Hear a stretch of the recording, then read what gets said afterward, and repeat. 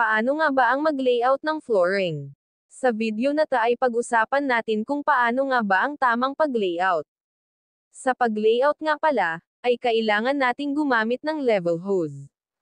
Kasi yun yung gagamitin natin para maging pantay ang flooring na ating gagawin. Magsimula tayo sa harap ng pinto. Kunin natin yun sa may baba ng pinto, pamula sa baba mag-adjust tayo ng at least 1 inch para hindi sumayad yung pinto sa ating gagawing flooring. Pamula sa baba susukat muli tayo ng kahit nasa 4 feet para guhitan. At makapag-level sa bawat poste sa lahat ng paligid ng ating gagawin. Lahat ng mga poste ay mamarkahan natin pero dapat ay gamitan natin ng level hose para pare-pareho ang taas ng bawat poste.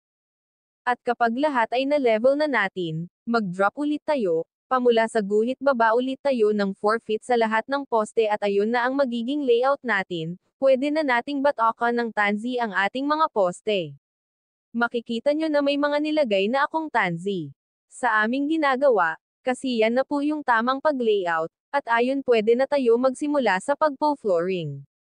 So ganun lamang po kadali ang mag-layout.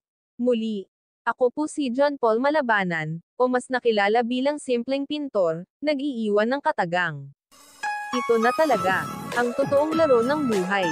Yung kahit pagod ka na, hindi ka pwedeng umayaw. Maraming salamat po sa inyong lahat. I've just reached 14K followers. Thank you for continuing support. I could never have made it without each one of you. Thank you so much for the support, heart.